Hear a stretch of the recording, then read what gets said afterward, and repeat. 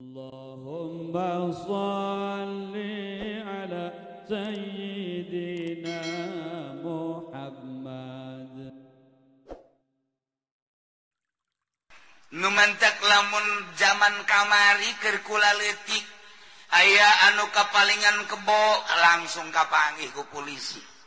Aya anu kapalingan sapeda kapanggih ka jam tangan erloji budak santri leungit erlojina hanya beberapa hari beunang ku polisi kapanggih di Jakarta di tukang jam penadah dek penadah dek lain pokoknya mah dijual betaku kitu pamalingan ke tukang jam kapanggih bae nyaan mah sebab di tahun bangsa 70-an ka ditu mah polisi teh ikhlas lillahi ta'ala Allahu akbar.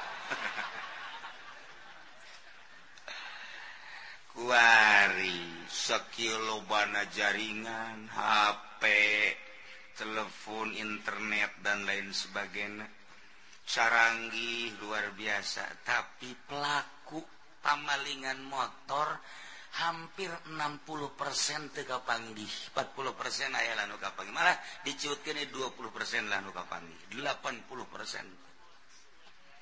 Coba eta da kumaha ieu lalakonna ieu di negara Indonesia matak sakapung mekulah yang jadi kapolda aja sah. Aing lah dek dirajit-rajitkeun ku aing pamalingan. Ya Allah ya Rabb. Sakieu dahsyatna soal pembunuhan. Laporan geus ka Polsek.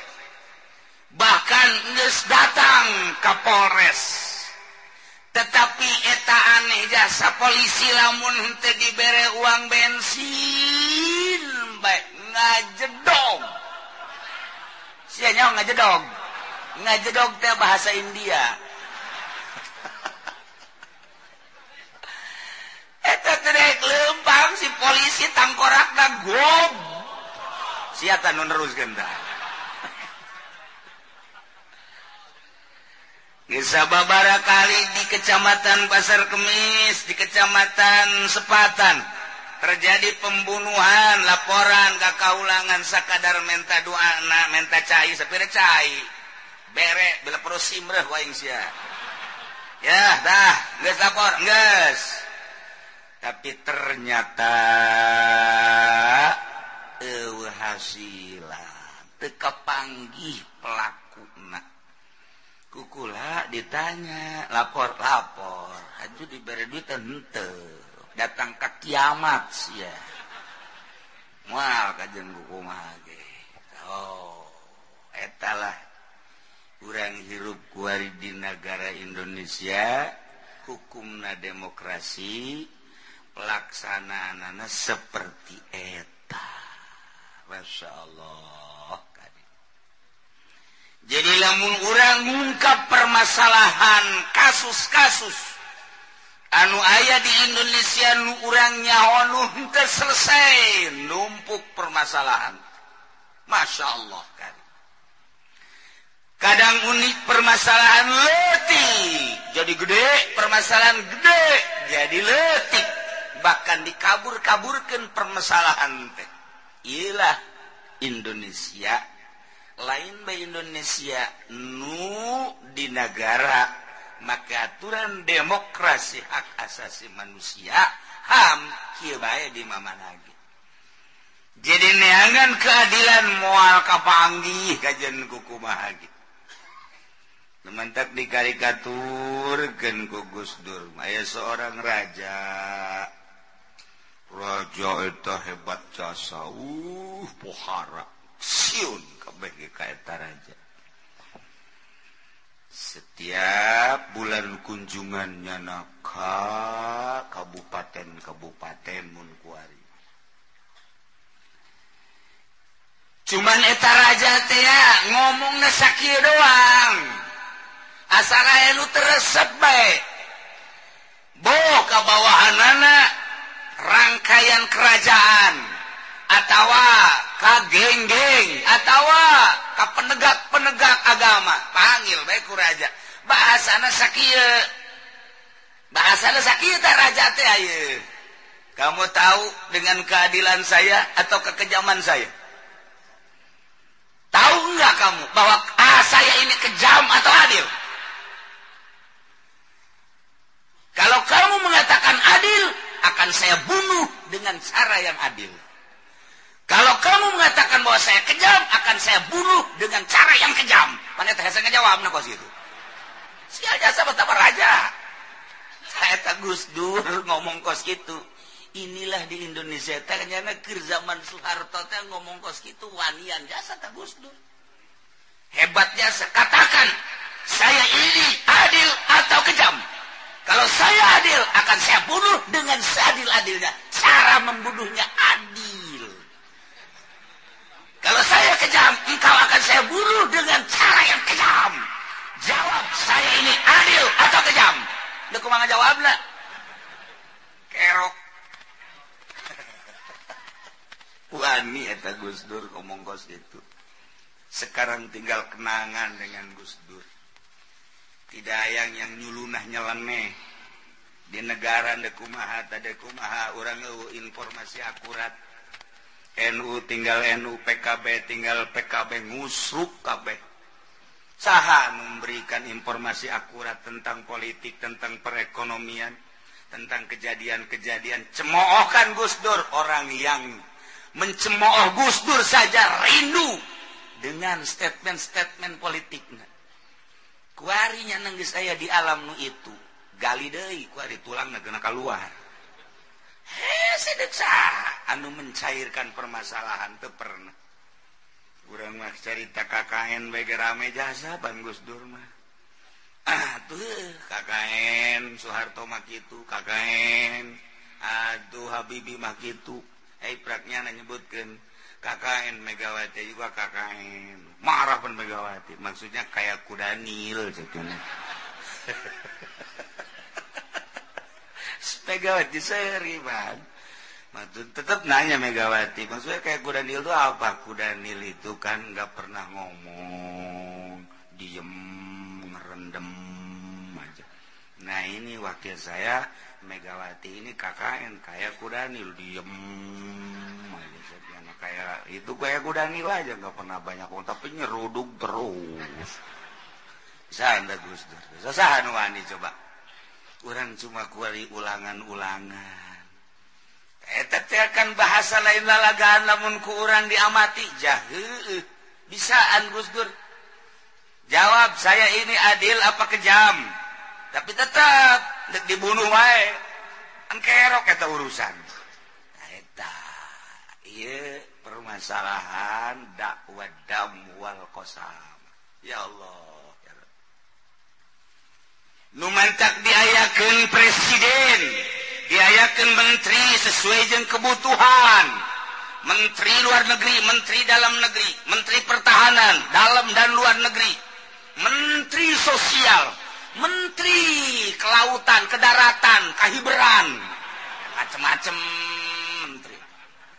Di zaman Soeharto bakar da kebingungan, nyieun porsi menteri, datang kaya menteri luar biasa segala. Dan sababna jang urusan sementaranya nyogok geus gede jasa ka Pak Harto. Nyogok geus gede, porsi kementerian geus eueuh. Dijadikeun menteri naon ku aing? Lantaran dijadikeun menteri sogokanana geus gede dengan perjanjian nu luar biasa. Dijadikeun menteri geus eueuh, porsina dijadikeun menteri luar biasa. Ya badan negara geus kitu deh urusan rakyat apa lain? Ayo coba di zaman Pak Harto. Kos kitu di zaman Pak Harto bae geus kos kitu komo kadieuna ma min zamanin illa ba'dahu syarr. Teu aya hiji zaman kecuali sanggeusna leuwih jahat, leuwih goreng, ulah diharepkeun. Sabada Gus Dur bakal bagus, sabada itu SBY bakal lebih bagus, sabada Kuari leuwih bagus, ulah diharep.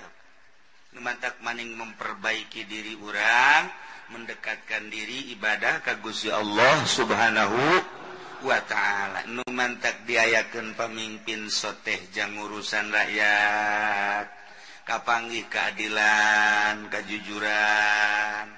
Abeh rakyat teh bisa meluapkan aspirasi dibere wadah jang supaya dicairkan permasalahan teh DPR ngaranna ge Dewan Perwakilan Rakyat asal dinaheun urang lamun ngabahas tentang rakyat jeung DPR nang urang milih partaina aya partai kuning tai aya partai hejo dan lain sebagainya sama seuri kuning tai atuh maksudna eta ndeka mana urang meluapkan aspirasi di sebenarnya silakan ndeka petilu nu kuari keur acak-acakan ndeka PKB nu kuari keur sakit hati ndeka PDI nu nyurudug bae apakah ndeka Golkar anu konengna koneng ketai-taian ndeka mana hayu coba sia silakan emang kos karari itu emang alecreg atuh jadi luhur negara ribut kuari bae urusan kahandap di pendidikan SD diterapkan SMP supaya ulah ribut rapih dan lain sebagainya kurikulum ge bakal diganti melalui pemantauan Australia dan lain sebagainya supaya rapi dek rapi kumaha di luhurna main jotos atuh contohan bae sih ku di luhur budak sapira budak SD sapira budak SMP ye mun jeung aing didagorkeun huluna ku aing sia teu pajar mah aing bener bae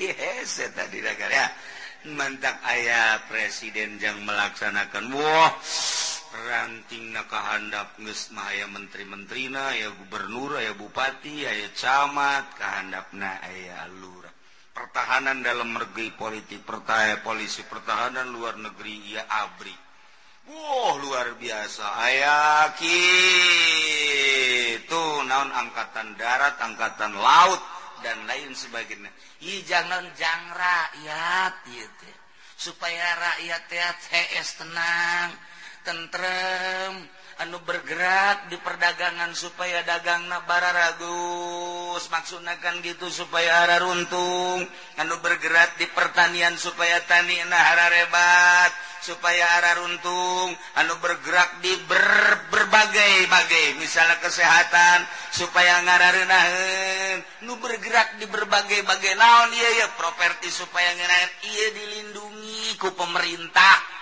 tak eta maksud aya pamarentah teh kos kitu kan ngeunaheun ka hate urang kami atuh milih atuh aya kos kitu mah pilih atuh kami wadahna cek DPR engke ku kami digodog diangsongkeun langke ka pemerintah sebagai eksekutif nyanalah anu bakal ngalaksanakeun cak pemerintah kami tersep jasa di negara kami aya jalan rogreg kami teu betah aya jalan teu bagus kami isin jasa ka rakyat lantaran rakyat eta pajak terus bayar tapi jalan teu bagus kami ieu isin jadi bupati isin jadi camat wah diantepkeun jalan teresep kami mata jalan jore teh teresep aing isin make kenong di dieu goblok eta kos kitu tah maksud pamarentah teh kos kitu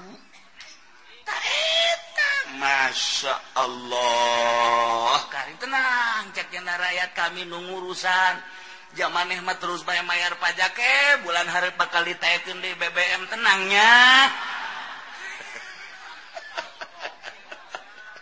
tuh kan ngeunaheun urang aya nungurusan besi aya kesenjangan laporlah ke DPR olahlah di DPR laporkan kuari hasilnya TK Bapak pemerintah di daerah bupati di provinsi gubernur engke bakal turun keputusan anak kanina nu mantak wajiblah memilih DPR lantaran DPR jang ngelola urusan kebutuhan masyarakat engke dilaksanakeun ku pemerintah kanina kan gitu tatis asana kana ceuli kana jajantung perasaan asa urang boga abah asa boga kolot urang teh bakal nangareunaheun prak bek kanyataanana geus sabaraha tahun urang milih bupati Jalan Pasar Kemis ka Jati can nyorang rapi geus sabaraha tahun urang milih bupati di Pasar Kemis datang ka Cikupa Ambalaya geus tarolah tambah sapira daerah ieu Tangerang Banten ka ditu hayang urang ngeunaheun be ulah ngarem ngeng bagus atut ku atutna rano ku ranona iraha ieu iraha bego aing menyampaikan aspirasi sia ya nah ieu keur carita dakwah damwal qasamah laporkeun ku urang pejabat mana anu kurang ngajar urang ajar laporkeun ku urang ikem habak iya lantaran demokrasi manu berkuasa adalah rakyat pemerintah aja melaksanakan kahayang-kahayang rakyat nu mantap dipilih lagi ku rakyat naik ku rakyat turun ku rakyat kudu nama kos kitu urang dia teh sebenarnya mah lamun demokrasi mah jeung pemajikan ge naik da urang kanyana jeung turunna kumaha cak pemajikan eta demokrasi itu sebenarnya mah eta sia maju ka mana bae ngomong teh macem-macem bae tuh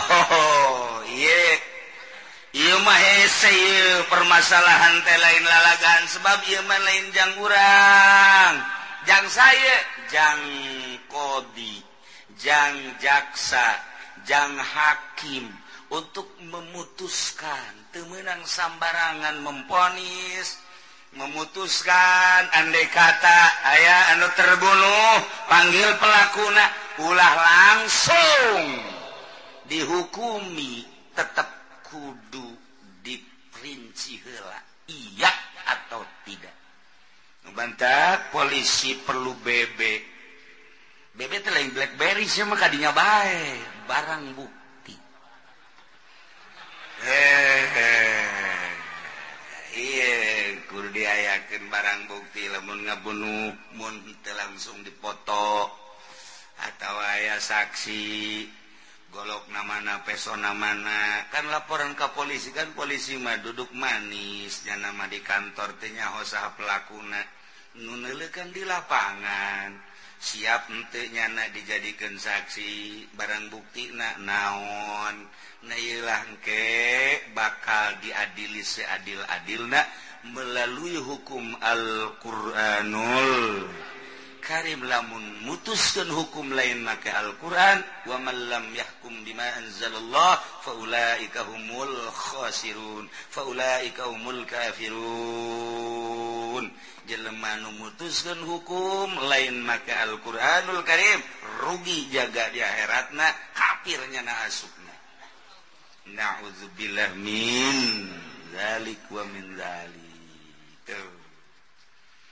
urang kamari nyaritakeun tentang jinayah tentang kisos anu hukum-hukumna geus dijelaskeun motif daripada pembunuhan aya anu sengaja motif dari pembunuhan teh aya anu kesalahan motif pembunuhan teh aya anu semi ngahaja dalam penganiayaan terhadap orang lain aya anu memang dibunuh selesai urusanana nyawana aya anu sakadar celina aya anu sakadar matana anu sakadar bibirna letahna leungeunna sukuna sirahna geus diatur ngaran-ngaranna ketika seseorang melukai kepala kedalaman lukana sabaraha geus diatur kamari ku urang waduh lamun balikan deui ka handap geus angel jasa geus ingat hiji aja wari lamun ulangan amun bisa 10 bae balik pun teu bisa ulah balik moal barali kabeh bingung aing mah mere daharna ieu ka jeung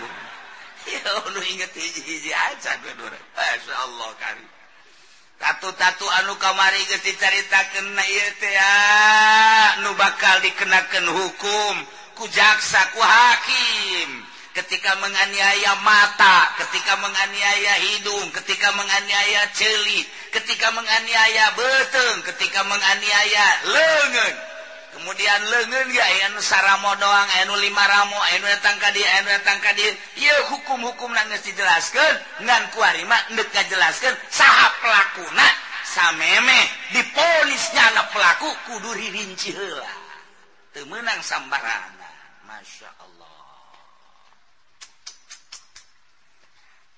urang keur leumpang da panggih jeung hiji jelema jeje teh sendal aing dipake kunyana laporkeun ku aing ke polisi laporkeun ku urang nya dipanggil ajunya na kapan teu senang enak aja main lapor-laporin aja emangnya cuma dia yang punya sendal gini tuh saya juga gablek.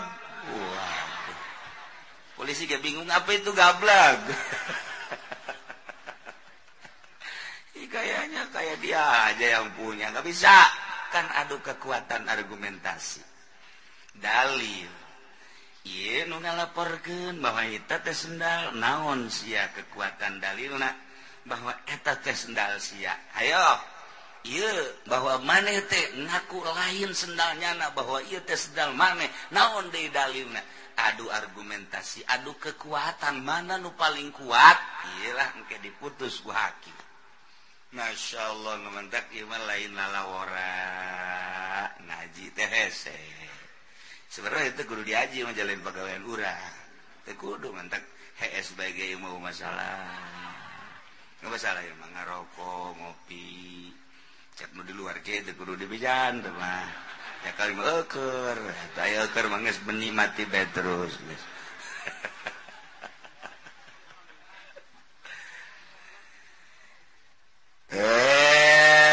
ya jadi dua permasalahan hiji dek nyaritakeun tentang ngaku ngabunuh. Nomor kedua, pengakuan tersebut kan perlu dalil-dalil. Di jerona aya sumpah, maka dicaritakeun tentang persumpahan. Sumpah-sumpah, ya Allah, ya Rabbi. Urusan tentang dakwaan tersebut ia bakal terjadi genap syarat bisa diterima pengajuan seseorang, laporan seseorang ka polisi, nuku polisi dipanggil diserahkeun kanu boga hukum yakni hakim sidang. Di persidangan bisa divonis setelah aya genep syarat. Masya Allah. Yustaratu ayu pasila ma yadda'ihi. Nomor kahiji syarat nomor kahiji ayu pasila kudu ngajelaskeun jelema anu ngaku ngabunuh mayadai karena kalakuan lukunyana di aku pembunuhan lukunyana di aku kudu dirinci min amdin nya eta ngahaja khotoin kesalahan intirodin soran syirkatin babarengan panggil Khalid kuari jelema anu dipanggil ku kejaksaan dengan kasus bahwa Khalid melakukan pembunuhan terhadap Umar. Pendakwa adalah Zaid lapor. Maka Ki Khalid panggil ku jaksa, diinterogasi, ditanya. Pertanyaan pertama ayutasila ma yadda'i, menjelaskan secara rinci tentang pembunuhan nukunyana dilakukan. Maka setelah bahwa Khalid benar-benar pelaku dari pembunuhan yang bernama Umar, numantak memang nyana bener ieu teh sebagai pelaku lantaran geus aya tanda-tanda nu kuat, argumentasi nu kuat, aya barang buktina. Saksi na aya. Maka jelaslah bahwa Khalid adalah pelaku pembunuhan terhadap umat dengan barang bukti pisau taranghau. Oh, udah pisau taranghau. Udah kuari batu jauh pisau taranghau kos kumaha. Nyeri eta dibunuh ku pisau taranghau mah. Oh, lantaran jadi tarang teh lain jelema bae orang hau ge tarangan. Budak kuari batu jauh budak kuari. Budak kuari mah teh nyahoeun hau lantaran masak nage kuari mah atuh di kitu naon ngaranna? Magicom. Kosmos, batu bara. Waduh.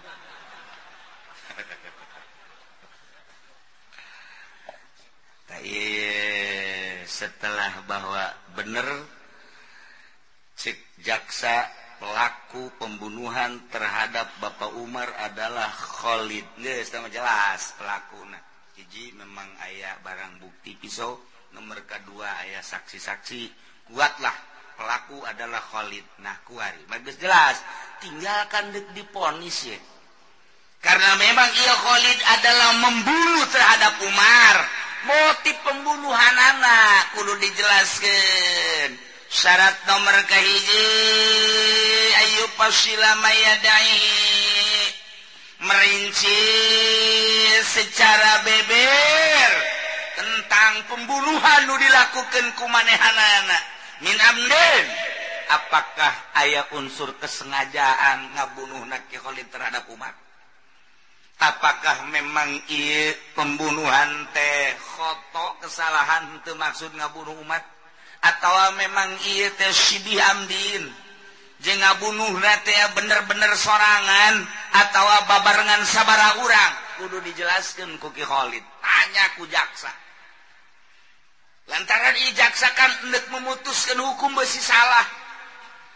Lamun salah engke kan pengadilan terakhir di Rabbul Jalil. Jaga dia yaumul kiamah. Wah, ujianana nu pang. Berat-berat tak jaga dia yaumul kiamah adalah jaksa jeung hakim. Eta mah engke di akhiratna sarua jeung diturihan.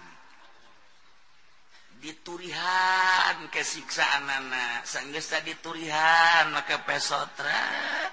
Engke ditendenan ka dinya kunana. Aja dibelem, diturih deui. Disebutna hukum picis. Dikeset Kanjeng Nabi percis kos embe dikeset bae ke di akhirat. Hakim jeung jaksa mah keset mangkaning lain paeh pan embe onam dikeset kan paeh. Embe onam dikeset kan munding onam kan paeh geus dipencit ieu mah hirup-hirup kan dikeset. Malaikat diturihan dia lain maksud ngeset teh pan siksa ya. Terus teu bisa ngomong ku kumaha disaksian ku bang juta-juta manusia kos kitulah siksaan terhadap pemutus hukum ketika mutuskeun hukumna sakadaek sakahayang kita akur jeung Al-Qur'anul Karim kos di Indonesia. Hakim-hakim di Indonesia, jaksa-jaksa di Indonesia, lamun nyana henteu tobat, atuh geus di akhiratna bakal dikeset ku malaikat. Hirup-hirup dikeset. Teh geus beres dikeset diterapkeun deui ka awak. Dikeset deui, ke diturihan, ke diterapkeun deui. Awak urang kulit urang ieu kat pedal seetik bege saking nyeri da ieu mah dikeset hirup-hirup teh geus beres ditapal kitu. Masya Allah karim. Sakaratna ku Kanjeng Nabi dijelaskeun hakim jeung jaksa mah percis okos adu dipencit make peso mintul. Kos gitulah dipencit digodot maka peso mintu. Ai raheut maraheut tapi kan teu daekeun tandes. Tah kos gitulah bangsa hakim nu urusan-urusan jeung hukum teh seperti eta. Asal ngahukuman nu lain make Al-Qur'an geus kos kitu bae. Masyaallah nu mantap kadang-kadang masieun urang teh. rempan satu sisi urang butuh pedegak hukum di sisi lain saha nu bisa negakeun hukum boro-boro urusan kitu sogok-sogokanana ieu urusan hukum na ge geus kaluar ti aturan. Masyaallah mun inget kadinya hirup di dunia mangkaning moal kebal tinggal salengkah deui urang bakal pararidah ka alam itu alam anu terus urang diuntit ku amal urang mimilu we ka urang bagus kadeuleu bagusna goreng kadeuleu goreng nu milung teh di alam barzah datang ka alam akhirat teh iwal ti amal urang kadeuleu ku urang sorangan amal hade jeung gorengna na ieu sing hararade ieu urang lamun inget kadinya rempan biasa sih staratu disyaratkeun layu pasila ngajelaskeun secara rinci jelema anu ngaku ngabunuh pelaku pembunuhan setelah diinterogasi diadili nyana bener geus ngaku bahwa nyana ngalakukeun kuari kudu ngajelaskeun tentang motif pembunuhan anak apakah memang ngahaja engkekan hukum kumaha mun ngabunuh ngahaja keputusan hukum sanksi apakah memang ieu kasalahan atawa memang ngabunuhna sorangan kan beda apakah ngabunuhna sirka rejengan ieulah kudu ngajelaskeun pelaku pembunuhan tersebut di hareupeun jaksa. Masya Allah fa innat laka maka lamun nyana ngaitlakeun teu merinci tentang motif pembunuhan anak maka istabsalahul qadi pentak keterangan serinci-rincina ku qadi lamun nyana can ngejelaskeun tentang rincian-rincian motif pembunuhan anu dilakukan kumanehanana terhadap Umar maka jaksa harus minta sedetail mungkin tentang motif tersebut andai kata hari itu tidak bisa memberikan penerangan secara rinci pendek besok mulai diadili deui isukna can ngajelaskeun tentang motif pembunuhan secara rinci tangguhkeun deui sampai 2 hari istabsalahul qadi. Masya Allah sampai nyana bisa ngajelaskeun tentang motif pembunuhan wakila cek sakaul may yuridu anhu nembongkeunlah qadi terhadap pelaku pembunuhan bisa make pancingan-pancingan kos gitulah tentang jaksa tentang hakim geus jana malantaran memang silatna teh menang sakola lidah teh bisaan hakim cara memancingna cara nyampaikeun anak anu tatadina teu ngaku jadi ngaku anu tatadina deuk ngaku jadi henteu ieulah jaksa kapinteranana memangnya nama kan sakola kan silat teh aya silat kitu leungeun awak aya silat lidahnya nama lidah pake silat nu mantak eta lah engke nu bakal kitu diadili seadil-adilna di hareupeun Allah lantaran nyana ngulinkeun lidah iya jadi tidak jadi iya bener jadi salah jadi bener wah bangsa pengacara